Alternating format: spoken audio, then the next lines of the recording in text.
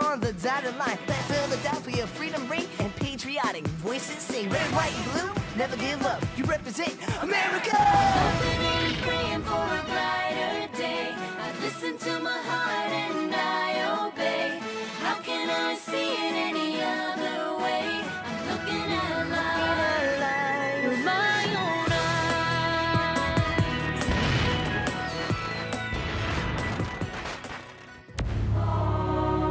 Here are some exciting scenes from today's episode of Liberty's Kids.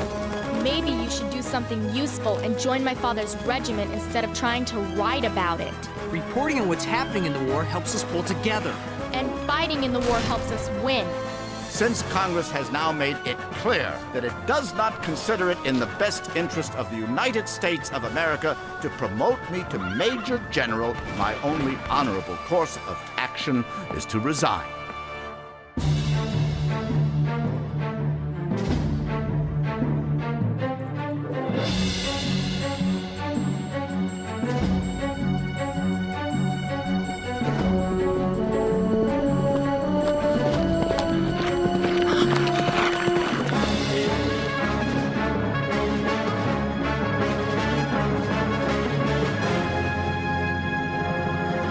Caesar, how'd you like it if Moses forced you to write a story about some unsung hero of the revolution?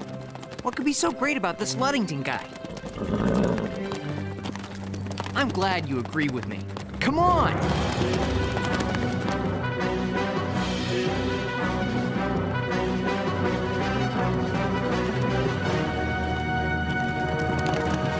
I'm starving.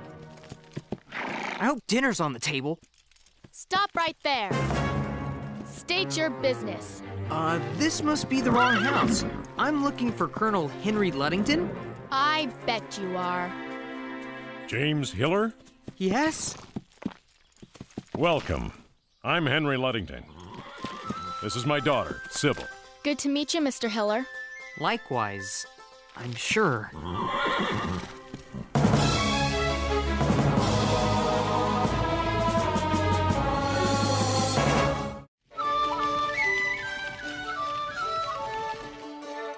Pass the bread, please. I'm so hungry. This bread is delicious. Please pass the potatoes. James, I expected you'd be famished from your trip. I was. There'll be action for you to cover soon, James, now that spring is upon us. In the meantime, Father's militia protects patriots from Tories. The lobsterbacks hate him. Father's got a price on his head. And 300 English guineas. Dead or alive. It's a reward I swear will never be collected. No wonder you were suspicious of me. How do you want to pursue your story, James? We'll help you any way we can. First, I'd like to interview you, Colonel. Then, I guess, interview one of your men who saved someone from a Tory. Interview? What for, Mr. Hiller? So I can write about what they've done. Why? I'm a journalist. I let people know what's happening in the war. But why aren't you fighting? What I'm doing is important, too. This being planting season, James, my militiamen have scattered to their homes. You'll take him to see Alexander Seiler tomorrow, Sybil. Yes, Father. You don't suppose he's not here, Mrs. Adams?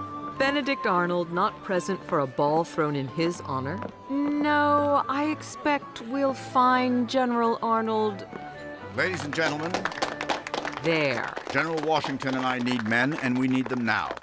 They needn't be soldiers. I will make them soldiers. Fine words. Bravo, Mr. Arnold. Mrs. Adams. And Miss Phillips. General Arnold!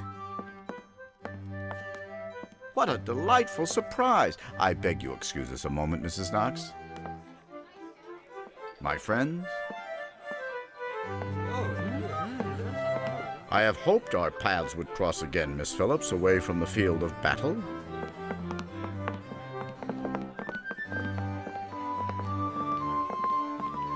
I'm afraid Sarah's told me of the disrespect you received from our own soldiers at Fort Ticonderoga. We took the fort, ma'am. Nothing else mattered. Mrs. Knox, I've been looking all over for you. Where do you expect fortune to take you next, General? Philadelphia, perhaps. I too will be headed there soon. I have enemies there I must face. How far from the city are General Howe and his army? Not the British, Mrs. Adams. I'm speaking of Congress. Whatever do you mean, General? Congress has seen fit to promote 5 patently unqualified men above me in the military chain of command. Against the wishes of Washington himself, who has written them on my behalf. If they do not correct this grievous affront, I shall to Philadelphia. Because, ladies, my honor is at stake. And in matters of honor, I simply cannot compromise. Well said. A true gentleman. I am sure, General, that you will receive satisfaction.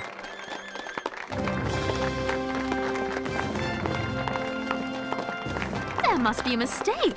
Of course Congress will show its appreciation for the work you've done for your country. Miss Phillips, tomorrow I leave for New Haven in the house of my sister Hannah. Oh, my friend, it is on the way to Philadelphia. I would be honored if you would be our guest there. Then, if you wish, you might accompany me to the capital.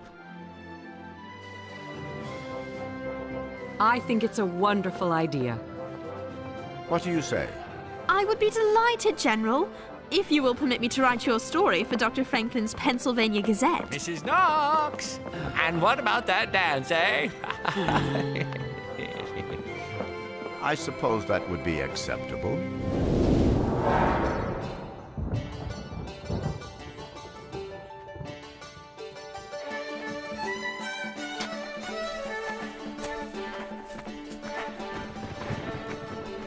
Watch me, Derek.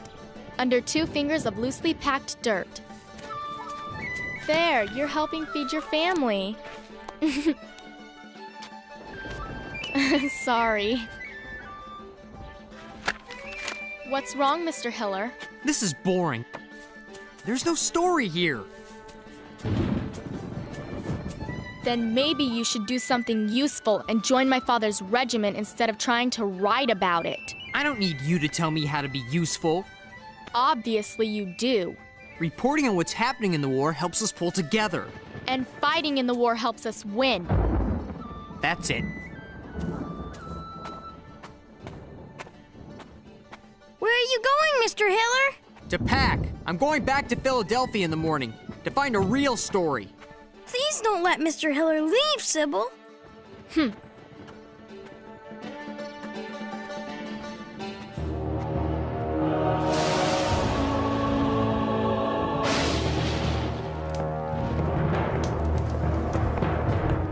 Since Congress has now made it clear that it does not consider it in the best interest of the United States of America to promote me to Major General, my only honorable course of action is to resign from the Continental Army.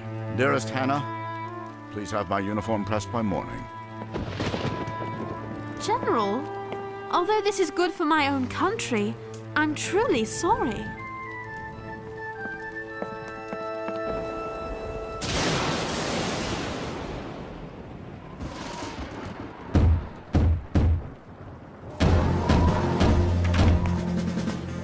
General Arnold? Yes? 1,500 redcoats are landed at Campo Point. A bunch of Tories are with them. General Worcester thinks they're heading for Danbury.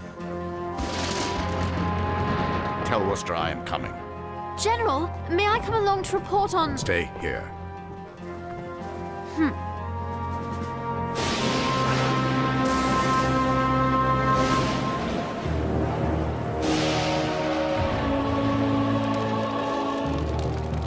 Come, children. I hope the rain stops so you can leave tomorrow, Mr. Hiller. You and me both.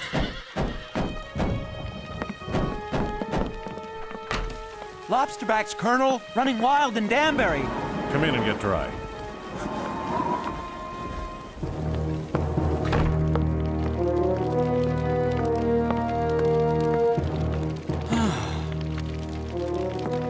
I must have my militia here immediately.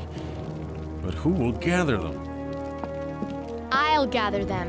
It's a 40-mile loop in the dark and rain, Sybil. You're just a girl. You must stay here to lead them when they arrive. We have no choice. It's the only way, Father. I wish, my dear, you weren't right. How do I get to Danbury?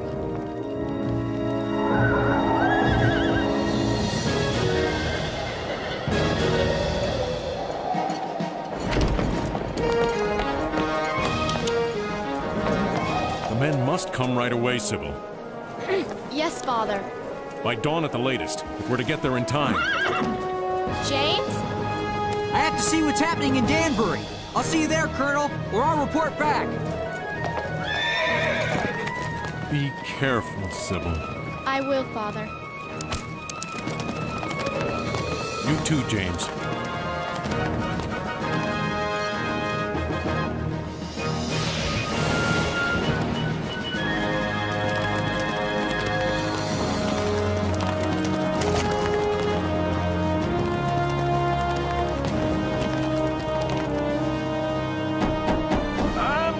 I'm coming. Sybil, what are you doing out? No time, Edmund. Danbury's under attack. Ride east and tell Robert, Israel, and Paul to be at the Colonel's by dawn. Will do, Sybil. Yeah!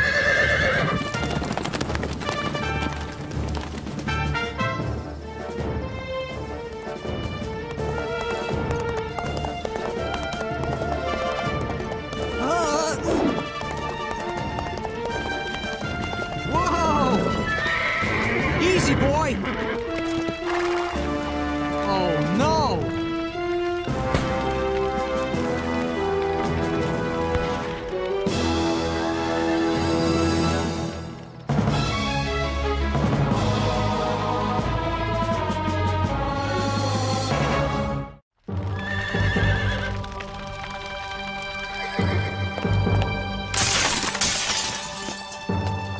The town of Danbury is ablaze.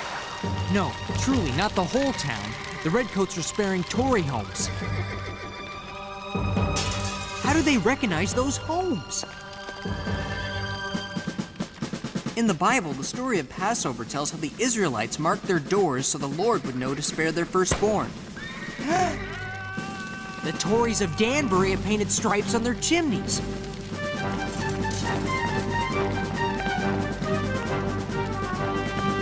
So the British soldiers know to spare their homes the torch. General Arnold's passion has forced him back into the fight. It is a passion for freedom shared by so many of his countrymen. But Benedict Arnold is a passion for more than freedom. It is a passion for honor and for glory. Maybe even for battle itself. Not content with setting fire to their homes, the British insist on terrorizing the citizens of Danbury, too. Ready? Take aim!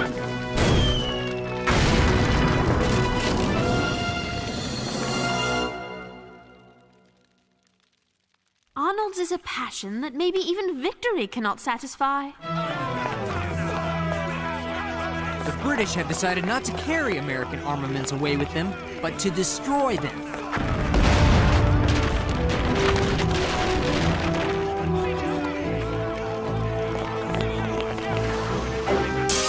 Yes, they can destroy our arms, but surely they will never destroy the spirit which I have witnessed in the likes of Colonel Ludington and his daughter.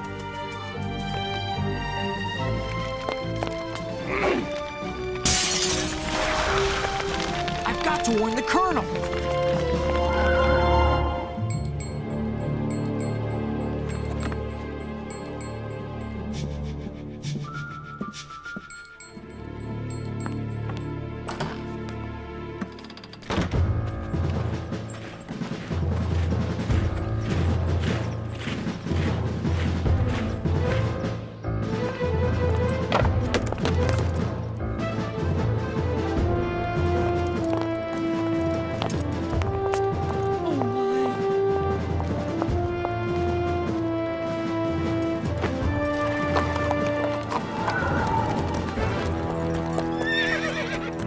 We ride to meet General Arnold and the Redcoats.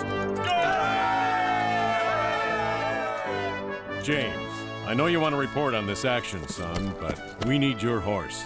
Yes, sir. Come, friends. Let us repay the British for their wanton destruction of our neighbors' property, homes, and lives. We must meet Arnold before the lobsterbacks reach the coast. Yeah!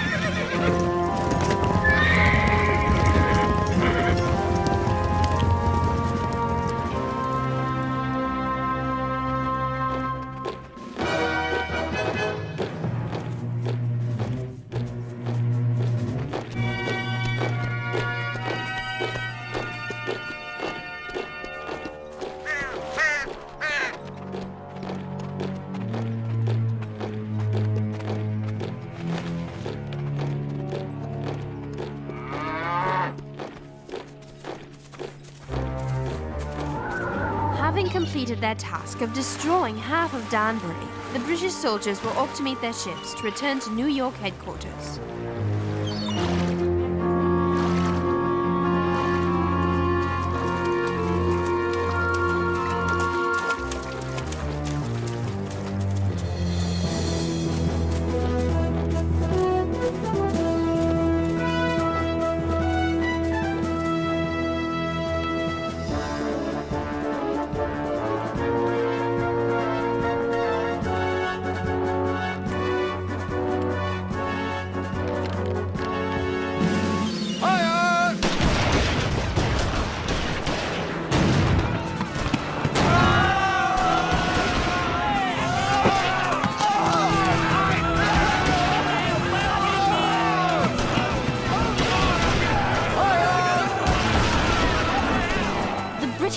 Take Danbury.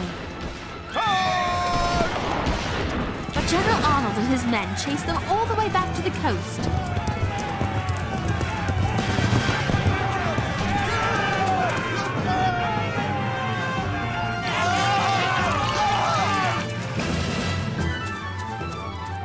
Only the arrival of the Royal Marines saved His Majesty's soldiers from complete destruction. General Arnold led his soldiers in the rout and nearly perished in the process. Let Congress dare deny the general his promotion now. Yet will I bring one plague more upon Pharaoh, and upon Egypt. Afterward he will let you go hence. Pardon me, James, but your dispatch from Danbury is stirring. Thank you, sir. I came to write a story about unsung heroes of the Revolution, and got more than I bargained for. I should say so. I feel quite as if I witnessed these awful events myself. I want my readers to be as angry as I was when I was in Danbury. Maybe it'll help them realize how important our fight for freedom really is. James, I expect it'll do just that.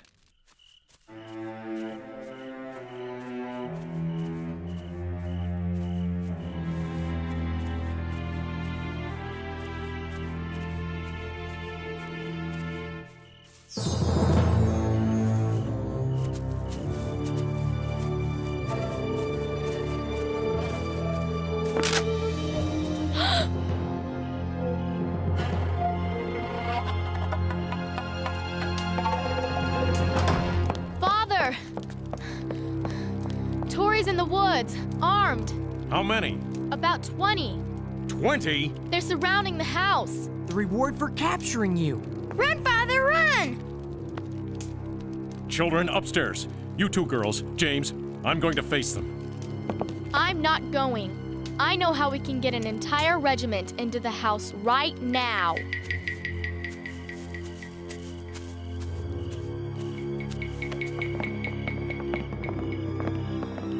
What?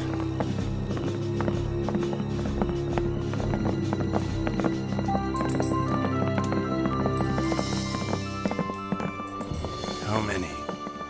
Too many.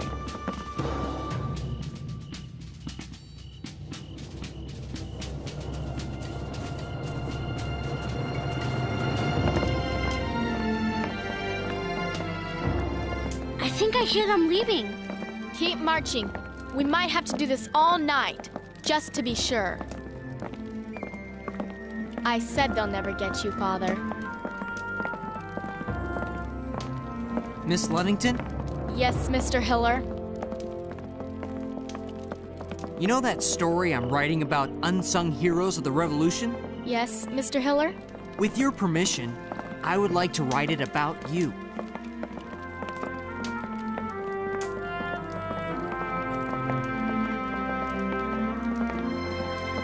Mr. Hiller? Yes, Miss Ludington? I suppose that would be acceptable.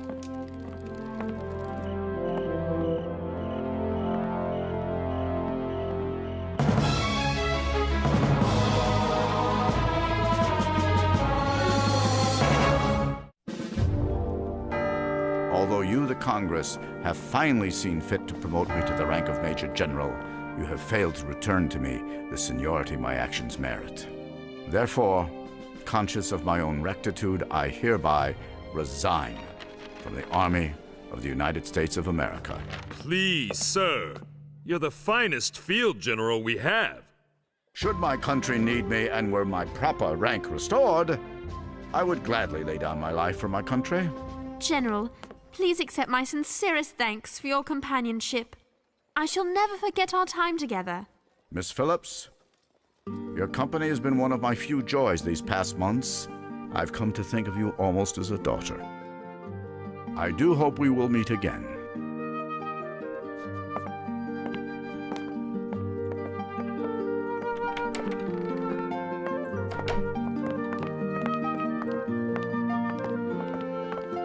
I fear for my friend, Moses. General Arnold? Why? Sometimes I think he's destroying himself with his own bitterness and anger. Hello, all. James! Mon ami! Hi, Sarah. It's so good to see you, James. I've read your dispatches.